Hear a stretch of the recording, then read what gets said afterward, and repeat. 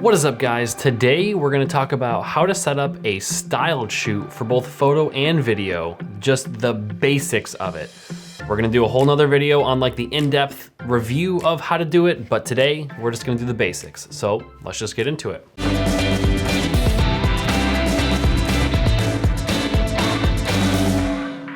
What is up, everyone? My name is James, and this is The Engineering Filmmaker, where we talk about photo, video, travel, and tech. If these are topics you're interested in, I think you know what to do at this point. I know you're thinking, James, what is that fabulous shirt you're wearing? It's by a brand called Cuts, and obviously you can see it looks so good. I mean, just look at this. Like, how well does this shirt fit? I mean, pants too, come on. I mean, you can't see the whole pants, but there's the pants. They're just some super awesome joggers. They have different cuts of shirts, so you can have what I have, which is the crew hem, or there's a bunch of different types of cuts. They also have joggers, sweatshirts. I can't even explain how great the quality of these shirts are. I mean, it's all I've been wearing for like the past week. The shirts make you just feel good. I mean, I used to wear athletic shirts. You've seen them all in my previous videos. And now I just feel like a new person wearing these shirts. I'll leave a link in the description here so you can check out their brand. So back to the regularly programmed content. Let's talk about how to set up or do a styled shoot. This will apply for both photo and video. Like I mentioned, this is just the basics of it. So I'm not gonna get into every nitty gritty detail, what to watch out for, what to do, not to do, etc. But just the basics so you can get started on setting up your own personal styled shoot to get some awesome portfolio work. So I kind of narrowed it down into 5 basic steps of setting up so that you can do your own styled shoot. And this could range from a very simple shoot to a more extensive, like really crazy, outgoing, fun, adventurous shoot. And that's just really up to you. The possibilities are really endless. Step number 1, I mean, this is your shoot. So you can pick any location that you want.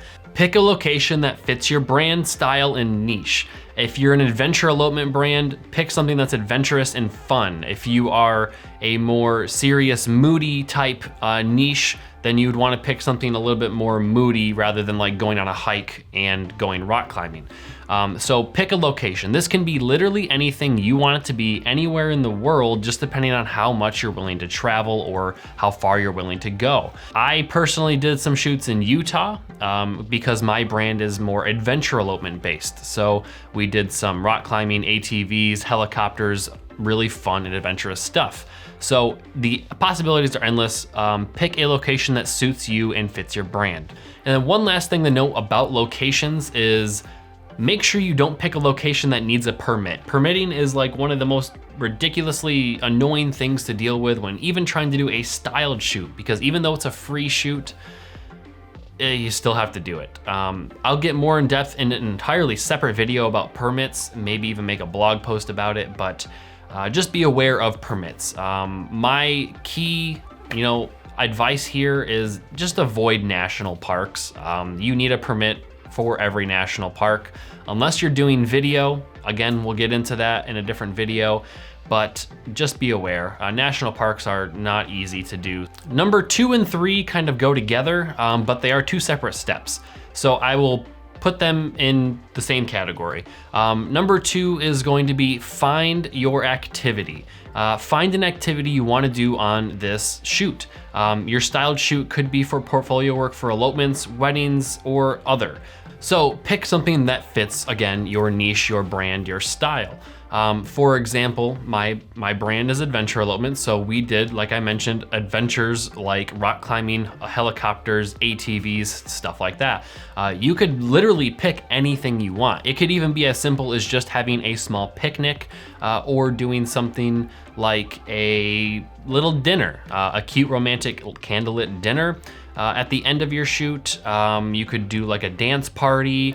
You could literally do anything you want. Just pick something that, again, fits your brand. The main goal of this is to find a shoot that fits your brand. Not fits you personally, but fits your brand. And then like I said, number 2 and 3 go together. So number 3, find your couple. The reason these go together is because you need to find a couple that will do your activity. Sometimes it's easier to find your couple and then find out what activities they enjoy doing and then go from there. But sometimes you can pick a basic activity like a picnic or a dinner or something that any couple could do, but not any couple could really do ATVs or rock climbing, for example. So you kind of have to pick and choose what you want to do. If you're gonna want to do an extreme activity like rock climbing or something with, you know, ATVs or something crazy, you're gonna want to find a couple that can do that activity. So that might be a little bit harder to find. Mine, we did rock climbing because we found a couple that liked rock climbing. So we decided to incorporate that into the video. So just make sure you know which one you need to do first, your couple or your activity. Also, to find your couple, there's so many different ways to find your couple.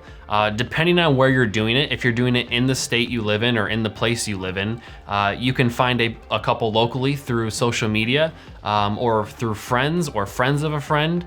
Some other ways, if you're doing it not locally, there's a ton of Facebook groups. When I did my shoots in Utah, I joined like 15 Utah-based groups and I found couples that way.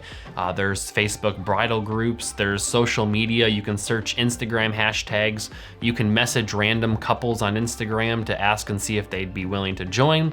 But ideally, it is best to find couples that are an actual couple.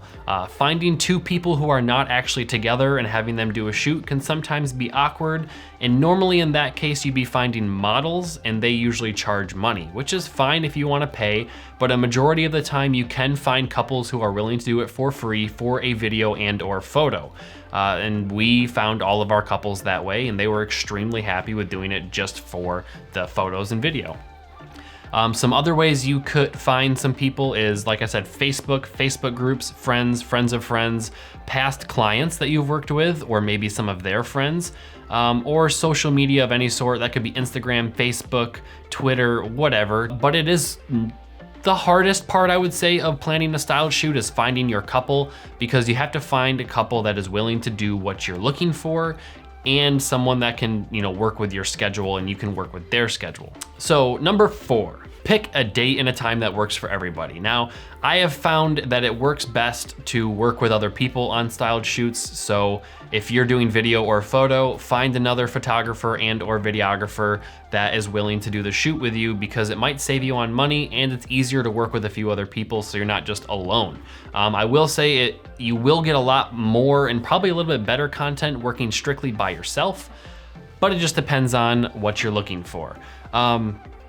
You're gonna wanna find a date and a time that works for you and your couples and the other people you're working with, or just you and your couple. And then number 5, have contingencies. Please have contingencies. Things will go wrong. When I went to my shoot in Utah, we planned to do 10 shoots total and we ended up doing 7 or 8. So you wanna have a backup time, whether if you're going to do it in the morning, have another backup time to do it at night, just in case the morning doesn't work or it rains. Have a backup date. For example, we were in Utah and there's slot canyons. That was one of the ones we wanted to do, but it rained the day of and then the day after, and you can't do slot canyons because of the risk of flash floods. So we had to just cancel that altogether. We found another location to do a shoot with that couple, and it worked out well. So just make sure you have location contingencies, time and date contingencies, and any other contingency that you might need. Now, also in the category of number 5, bring things that will help you. For example, we ended up going to the mountains of Utah my last day there, and it was 2 feet of snow. And I went to Utah when it was 80 degrees and I didn't bring any warm clothes. Luckily, I was able to borrow some from a friend, but for yourself, bring warm clothes and cold clothes. Also, bring stuff for your clients, your couples. I mean, they're most likely doing this for free, so make sure you hook them up and do as much as possible for them. Bring an extra jacket, bring a blanket, bring, you know, things that can help them out, hand warmers, emergency kits for makeup, hair, whatever. Just have contingencies for literally everything. Just assume everything will go wrong and bring everything. It might be a lot of extra stuff, but it is well worth having it. And then lastly, for contingencies, it doesn't hurt to have a backup couple. Just find another couple that is like, hey, if our other couple bails, would you be willing to help us out? Or even have them join on the shoot with you, and you'll have 2 couples to shoot, depending on how many people are coming with you. If it's just you, then I wouldn't recommend having an extra couple come. But if you have a few extra photographers or videographers joining you, it could be very beneficial, because then you could split up into groups, and we actually ended up doing that for one of our shoots, and it worked really well. So have contingencies for literally everything, including the couple, because they might back out, have other plans, an emergency, something. And if you're not doing a local shoot and you're flying out, the last thing you want is to have your couple bail and then you have no couple to shoot. So we had a bunch of contingencies for literally everything, and we used almost every single contingency. We had weather issues, we had couple issues, we had location issues, everything. So that's really it for that. If you have any questions, feel free to put it in the description down below, and I will try to answer them in my more in-depth video I make about how to do a styled shoot. I will also be making more videos on elopements, styled shoots, and all that fun stuff as I get more into it, to help you guys out, to help you figure out how to get this done, because it's a fun process. So that's really it for today, guys. I hope you enjoyed this video, and I'll see you on the next one.